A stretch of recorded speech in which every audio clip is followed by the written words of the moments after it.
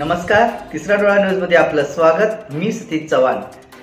पाहूया आजच्या काही ठळक घडामोडी। सांगली डीआयसी विभागात गुरुवार दिनांक 17 जुलै रोजी मोफत इको तपासणी शिबिराचे आयोजन करण्यात आले होते। जिल्हाधिकारी अशोक काकडे यांच्या हस्ते शिबिराचे उद्घाटन करून इको तपासणी करण्यात आली। राष्ट्रीय बाल स्वास्थ्य कार्यक्रमांतर्गत शाळा व अंगणवाडी तपासणी करून संदर्भित करण्यात आलेल्या संशयित हृदयरुग्ण बालकांकरता सदर शिबिराचे आयोजन करण्यात आले होते।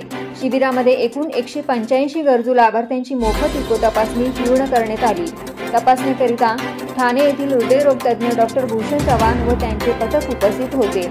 जिल्हाधिकारी श्री काकडे यांनी लाभार्थी रुग्ण व पालकांना मार्गदर्शन तसेच सदर शिबिरातून शस्त्रक्रियेकरता संदर्भित होणाऱ्या हृदय शस्त्रक्रिया पात्र बालकांच्या व पूर्णपणे मोफत हृदय शस्त्रक्रिया या शासनामार्फत विविध योजना, खासगी रक्कमदाते, मुख्यमंत्री सहायता निधी, धर्मदाय संस्था इत्यादी मार्फत आवश्यक निधी उभा करून सर्व शस्त्रक्रिया या मोफत तसेच रुग्ण व पालकांची मोफत प्रवास व निवासाची सोय देखील करणार असल्याचे जिल्हाधिकारी यांनी सांगितले।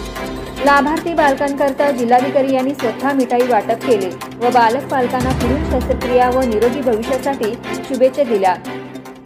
शिबिराकरता जिल्हाधिकारी श्री अशोक काकडे, माजी आमदार दिनकर तात्या पाटील, सांगली IMED अध्यक्ष डॉक्टर रवींद्र मोहिते, जिल्हा शल्य चिकित्सक डॉक्टर विक्रम सिंह कदम, अतिरिक्त जिल्हा शल्य चिकित्सक डॉक्टर विभीषण सारंगकर, डॉक्टर छाया पाटील, जिल्हा समन्वयक doctor Pramod Chaudhari, doctor Sakekar, doctor Sheetal Shinde, Shri Mahendra Khot, Shri Vikram Kolekar, doctor Prasad Patil, doctor Manoj Kumar Maske, doctor Mujahid Alaskar, doctor Kedar Patil, Salma Pathan, Aniruddha Londhe, Rohit Chougule, Satyajit Wade, Indu Patil, जीवन कांबळे तसेच राष्ट्रीय बाल स्वास्थ्य कार्यक्रमांतर्गत कार्यरत अधिकारी व कर्मचारी उपस्थित होते।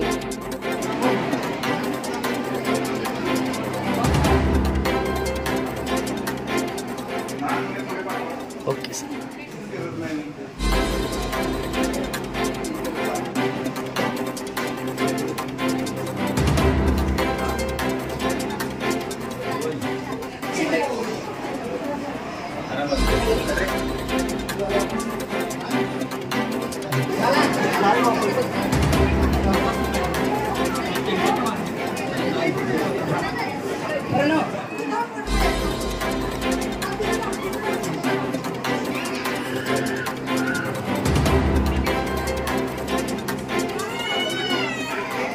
व्यक्त केलं तर सरांचे कार्यालयामार्फत आम्ही परत आभार मानतो। या बॅचला सुद्धा सरांनी संपूर्ण सहकार्य करणार असल्याचं सांगितलं।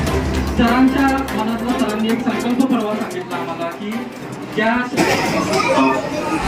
मला खऱ्या अर्थाने समजते का मग पालकांचं चित्र अभिनंदन करावं।